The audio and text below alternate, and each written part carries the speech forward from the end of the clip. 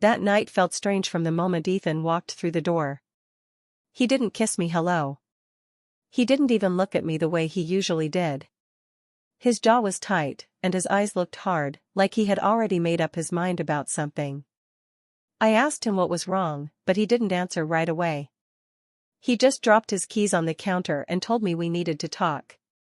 His voice sounded different, colder than I had ever heard it.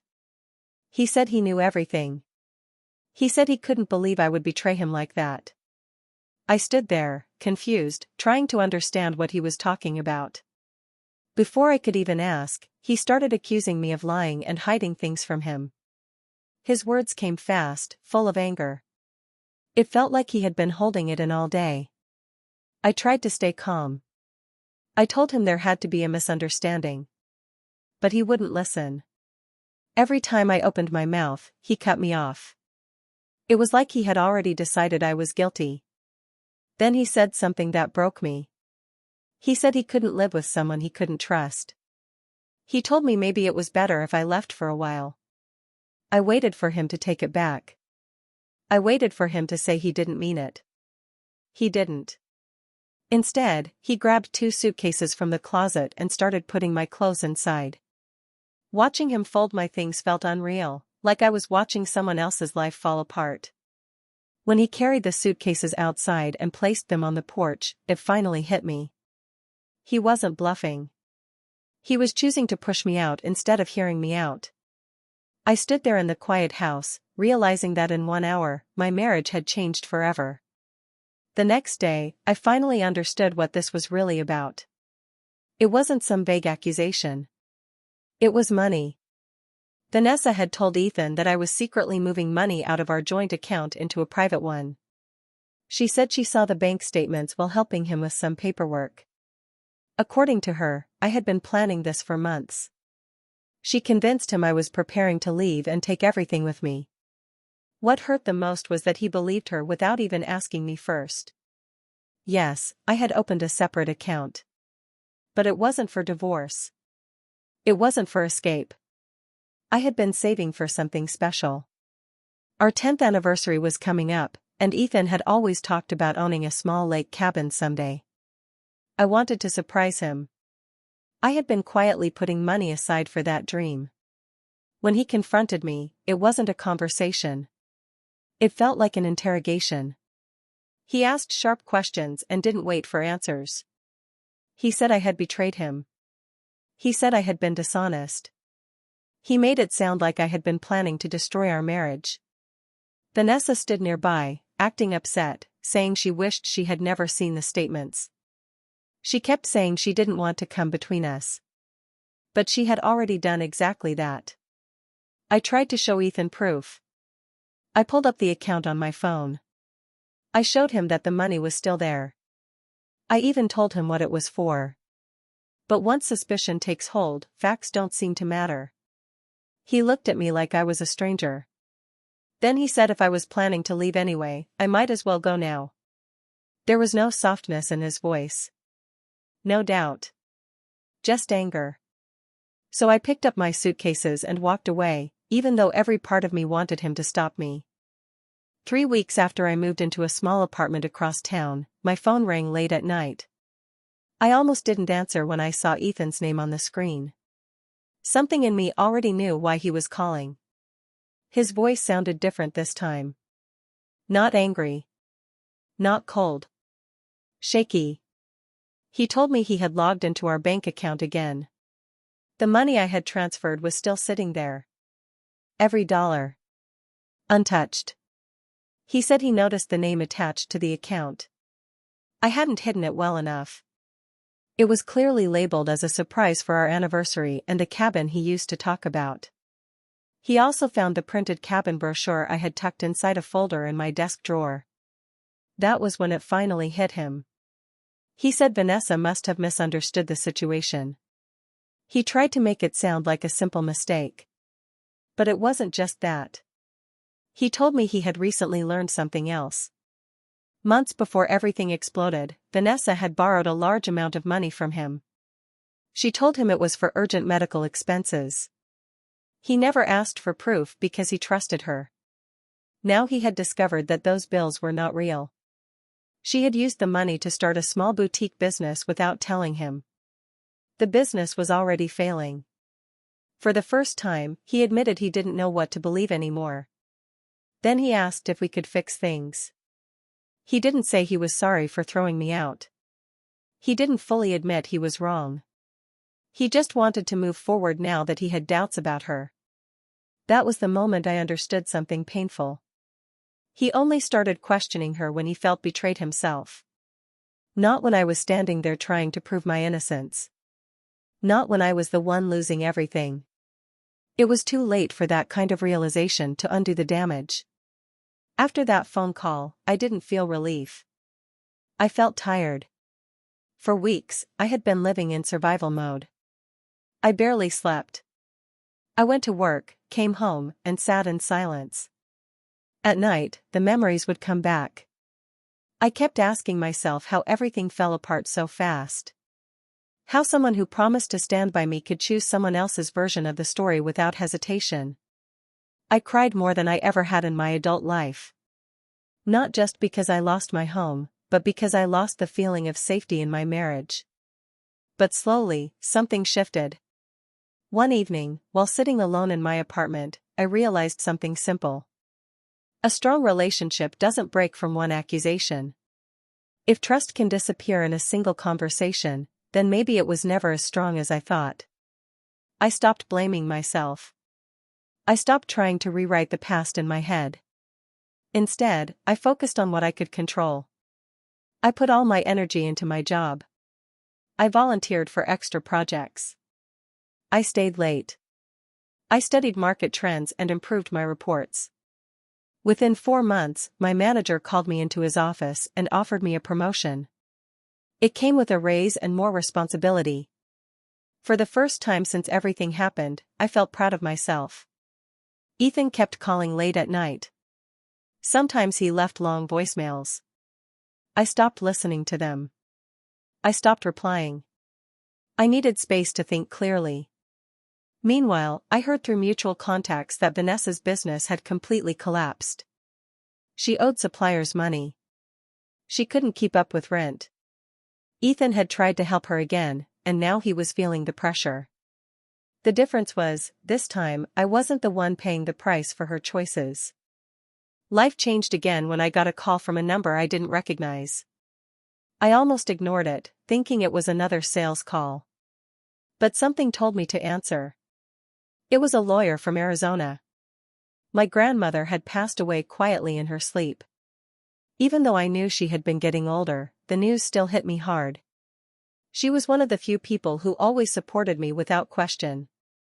She used to tell me that no matter what happened in life, I should always be able to stand on my own feet. A few days later, the lawyer explained everything in detail. My grandmother had left me most of her savings, along with her small rental property business. The total value was close to $600,000. It included several fully paid-off houses that were already generating steady income. I sat there in silence after the call ended. It wasn't extreme wealth, but it was more than I had ever imagined having. It meant stability. It meant I wouldn't have to worry about rent. It meant choices. For the first time since my marriage fell apart, I felt something close to security. The inheritance process required paperwork and legal steps. Because my divorce was not finalized yet, Ethan's name was still connected to me on official documents. That meant he would eventually find out. I didn't announce it. I didn't celebrate it publicly. Only a few close people knew. Part of me felt grateful. Another part felt cautious. Money has a way of changing how people behave. And I had already seen how quickly trust could disappear when finances were involved. This inheritance wasn't just money. It was a second chance. And this time I was determined to protect it carefully. It didn't take long for everything to change. A few days after the legal process began, Ethan showed up at my apartment without warning. He was holding flowers and looked nervous. This was not the same man who told me to leave. His voice was softer. His shoulders looked heavy. He said he had made a mistake. He said he let himself be influenced and that he should have trusted me from the beginning. He admitted that he allowed doubt to ruin our marriage. He told me Vanessa had twisted the situation and that he felt foolish for believing her. I listened, but I didn't respond right away. Then, a couple of days later, there was another knock on my door. This time it was Vanessa. Her eyes were red like she had been crying. She said she felt guilty for everything. She said she never meant for things to go so far. She explained that her business had completely failed. She couldn't pay her rent. Creditors were calling. She said Ethan had tried to cover some of her debts and now he was struggling too.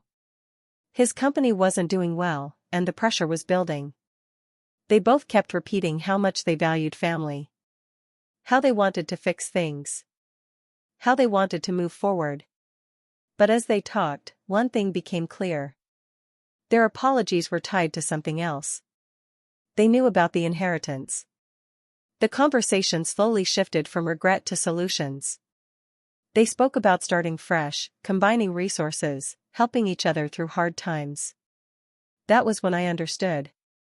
They didn't just want forgiveness. They needed financial help. And the only person who had the ability to provide it was me. A few evenings later, Ethan asked to sit down and talk seriously. He said he wanted to rebuild our marriage from the ground up. He talked about counseling, fresh starts, and learning from mistakes. Then he mentioned combining our finances again, like we used to. He said it would show trust and unity. Vanessa didn't speak much at first, but when she did, she carefully suggested that even a small loan could help her avoid bankruptcy. She said she would pay it back. She said this was what family does for each other during hard times. I stayed quiet and let them finish. For a brief moment, I thought about saying yes. Not because I believed everything would suddenly be better, but because part of me wanted peace. I wanted the pain to end in a simple way. But then a clear memory came back to me. Standing outside with my suitcases. Hearing those cold words telling me to leave. Realizing I was alone. That memory reminded me of something important. Trust cannot be demanded after it has been broken.